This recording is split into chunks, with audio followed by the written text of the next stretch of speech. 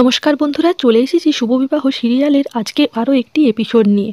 বন্ধুরা, এই কদিন তোমাদেরকে ঠিকমতো আপডেট দিতে পারিনি, তার কারণ হলো আমার মোবাইলের কিছু ত্রুটি হয়ে গিয়েছিল। তাই জন্যই এই মোবাইলে কাজ করা যাচ্ছিল না, আর সেই জন্যই তোমাদের সাথে পুরো আপডেট শেয়ার করা হয়নি। প্লিজ তোমরা আমাকে অবশ্যই ক্ষমা করে দিও। আর যদি ভিডিওগুলি ভালো লেগে থাকে তাহলে অবশ্যই লাইক, শেয়ার ও কমেন্ট করো। আর তোমাদেরকে তথ্য জানিয়ে রাখি যে এই সিরিয়ালটি পরপর টিআরপি তালিকা থেকে অনেকটাই নিচ থেকে নেমে আছে। তোমরা কি এখনও এই সিরিয়ালটা দেখতে ভালোবাসো বা তোমরা দেখছো? তাহলে আমাকে অবশ্যই জানাতে ভুলো না। আজকের পর্বটিতে আমরা দেখতে পাবো ফণিকেতের মাতলামি। আসলে সে যে হার্ড ড্রিঙ্কটা বানিয়েছিল ফুদাকে এবং তার বোনকে খাওয়ানোর জন্য, সেই হার্ড ড্রিঙ্কসটা তারাই তাকে ঘুরিয়ে খাইয়ে দেয় এবং সে খাওয়ার পরে ওই মেয়েটির সাথে নাচ করতে শুরু করে। অর্থাৎ তার যে গার্লফ্রেন্ড এসেছিল ফুহিনা, সেই ফুহিনা নাচ করতে থাকে এই ফার্থকের সাথে। ফার্থক আর ফণিকেত যে একই ব্যক্তি সেই কথাটা কিন্তু কেউ একবারও উল্লেখ করে না। এবং আরও যখন কড়া কড়া ভাষায় ক্ষুধাময়ী আচার্য, আমি ফিরে এসেছি, এইসব কথাগুলো বলতে থাকে, তখনই বাড়ির লোকের সন্দেহ ক্রমশ ক্রমশ বেড়ে ওঠে। আর ফুদার যে আগের স্বামী, তার কথা এখানে উঠছেই কেন? আবার শুধু সে নয়, ফিমনও এসেছে, ফিমনও নেশার ঘরে একই কথা বলতে থাকে।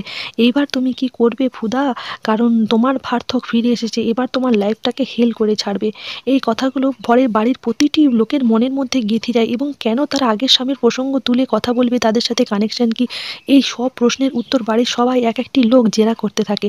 ফহিনা বুঝতে পারে যে এদের নেশার ঘোরে করছে, তাই এক গ্লাস জল নিয়ে ফার্থকের মুখে মারে এবং বলে, কন্ট্রোল ইয়োর সেলফ, কারণ তুমি সব কথা বলে দিচ্ছ, তোমার প্ল্যান কিন্তু এবার চৌপাট হয়ে যাবে। জেঠু জেঠিমা বলতে থাকে, ছিছি, আমাদের বাড়িতে তো এরকম আগে কোনোদিন হয়নি।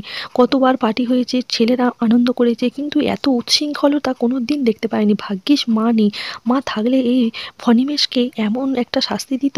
আগে যেভাবে ঘর থেকে বের করে দিয়েছিল, এখনও ঠিক সেইভাবেই ঘর থেকে বের করে দিত। আরও কথা বলতে থাকে। এদিকে ছোটকা বলতে থাকে, তুই আমার ছেলে হয়ে কি করে এইসব কাজ করতে পারিস? বড়দের মুখের সামনে এরকম কথা বলছিস, কীরকম করছিস, আমার মান সম্মান ধুলোয় মিশিয়ে দিচ্ছিস তুই। আমি বুঝতে পারছি এতদিন এখানে ছিলি না, কোন কালচারে বড় হয়েছিস, কিন্তু বাড়িতে তো এই বাড়ির রক্তই বলছে তোর গায়ে, তুই কি করে এইসব করতে পারিস? মানে সবাইকে হতাশ করে দেয় এই ফণিকেত ওরফে সার্থক। ফণিকেতের কিছুটা সেন্স এলে সে বুঝতে পারে আমাকে এখন মুখ খোলা চলবে না, আমাকে এই অভিনয়টাই কন্টিনিউ চালিয়ে যেতে হবে। তাই সে মনে মনে বলে, হ্যাঁ আমি বুঝতে পারছি যে আমি কিছু ভুল করেছি, কিন্তু আমি কি ভুল করেছি কিছু বুঝতে পারছি না। আর এই মেয়েটাকে তো আমি সকালেই দেখলাম, আমি চিনব কী করে এই মেয়েটি ভালো নাচ করে, ভালো ডান্সার, সেই জন্যই ডেকে এনেছি। আসলে এই বাড়ির কালচার তো অনেকদিন পরিচিত নয়, তাই মনে করতে চাইছি আমি আমি এতদিন কোথায় ছিলাম, কি করেছিলাম, আর আমার কার সাথে ছিলাম সেটাও মনে করতে চাইছি। এইদিকে ফুদা আরও প্রশ্ন করে যে তুমি যদি কোনো কিছু মনে নাই থাকে আর তোমার যদি এই দেখা হওয়াটা অ্যাক্সিডেন্ট হয়, তাহলে ওই যে গাড়িটি তোমার খারাপ হয়ে গিয়েছিল, তার জন্য তুমি ফেজের গাড়িতে চেপেছিলে, তোমার সেই গাড়িটির কোথাও কোনো উল্লেখ কেন পেল না পুলিশ? এই সমস্ত প্রশ্ন কিন্তু প্রতিটা সবার কানে গিয়ে লাগে। এইদিকে পার্টি শেষ হয়ে গেলে এই ফণিকেত চলে যায় তার ঘরে, এইবার ঘুমিয়ে পড়ে। আর তার সঙ্গে থাকে ফেজের এই প্রশ্নগুলো কুরে কুরে খায়। ফুদাময়ী কি তাহলে ঠিক সন্দেহ করেছে? আর ফুদাময়ীর আগের স্বামীর সাথে এর কিসের সম্পর্ক? তারপরেই ফেজ একটি কাগজের মোড়া পায়, সেখানে অনেকগুলি ওষুধ পায়। তারপরেই ফেজের সন্দেহ আরও বাড়তে থাকে, তাহলে কি ফণিকেতের কিচ্ছু হয়নি? ফণিকেত কি এই ওষুধগুলো না খেয়ে রেখে দিয়েছে এরকম করে? সন্দেহ যখন গাঢ় হয় তখনই ফিমনের আবির্ভাব হয়। ফিমন সকালবেলা উঠে তার মাথা ধরে যায় এবং এক গ্লাস কফির অর্ডার করতে থাকে। তাকে কফিটি দেয় ফুদাময়ী এবং ফুদাময়ীর ব্যবহারে সে বুঝতেই পারে কালকে কিছু একটা বাওয়াল করেছে ফিমন, কিন্তু কি বাওয়াল করেছে কে জানে, সেটাই বুঝতে পারে না। এবার ফুদাময়ী ভাবতে থাকে যে সকাল হোক, আর কত ঘুমাবে ওই ফার্থক, তাকে সকালবেলা উঠলেই সমস্ত প্রশ্নের উত্তর দিতে হবে। যখনই এরকম কথা ভাবে তখনই একটা পেপারে নিয়ে আসে ফুদার বোন এবং সে দেখে যে তাদের যে ইন্সপেক্টর তাদের হয়ে কাজ করছিল সে অ্যাক্সিডেন্ট হয়ে হসপিটালে ভর্তি।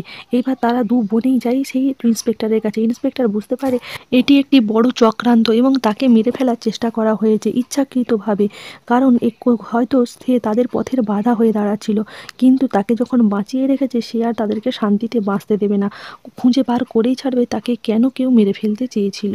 এবার ডাক্তারের কাছে, নার্সের কাছে খবর নেয় যে তার অবস্থা এখন কেমন। নার্স জানায় যে সে মোটামুটি সুস্থ আছে, তবে একজন স্পেশাল নিউরোলজিস্ট আসবে, এসে তাকে দেখবে, দেখে বলে দেবে যে সে কেমন আছে। এবার নিউরোলজিস্টকে দেখে ফুদা বুঝতে পারে তার এবং কিছু একটা মনে আসে যে এই পার্থক্যকে এই নিউরোলজিস্টের ব্যাপারে জানালে কেমন হয়। অন্যদিকে আচার্যি বাড়িতে মেয়ের খোঁজ পড়ে, তাদের বাড়ির মেয়ে অনেকক্ষণ থেকেই নেই, সেই যে কোথায় গেছে কেউ গেছে। জেঠিমা তো হাউ হাউ করে কাঁদতে থাকে, বলতে থাকে আমার মেয়ে কোথা গেল, আমার মেয়ে কোথা গেল। তবে কি ওই গুন্ডা ফোনটের সাথে বেরিয়েছে? এইবার ফোনটেকে যখন খোঁজাখুঁজি করতে থাকে তখনই ফোনটে তার বউকে নিয়ে এসে হাজির হয়। এইবার মা যখন দেখে যে ফোনটে আর তার মেয়ে একসাথে বেরিয়েছিল, মেয়েকে যদিও দেখতে সুন্দর লাগে কিন্তু ফোনটের সাথে বেরোনোটা অপরাধ হয়েছে। জেঠিমা ফোনটেকে বলে তোমাকে আমি সাত জন্মেও আমি আমার মেয়ের সাথে মেনে নিতে পারবো না, আমি আমার মেয়ের আবার বিয়ে দেবো, দরকার হলে আমি এতদিন যে ডিভোর্সের বিরোধিতা ছিলাম সেই ডিভোর্সই করিয়ে তোমার মেয়েকে তোমার খপ্পর থেকে বের করে আনবো। এইদিকে ফোনটে তার বউয়ের কাছে জানতে চায় যে সেও কি এইটা চায়। তখন তার বউ ফোয়েল বলে যে ফোনটেদা তুমি মানুষ হিসাবে ভালো, কিন্তু আমার ছোটোর থেকে স্বপ্ন বড়লোক ঘরের বউ হবো বা গাড়ি চেপে ঘুরবো, দামি হিরে জড়োয়া এইসব সেট পরবো, কিন্তু তুমি সাত জন্মেও সেটা আমাকে দিতে পারবে না, তাই আমি তোমার সাথে থাকতে পারবো না, আমার মা যা বলবে আমি তাই শুনবো, এটাই আমার শেষ সিদ্ধান্ত।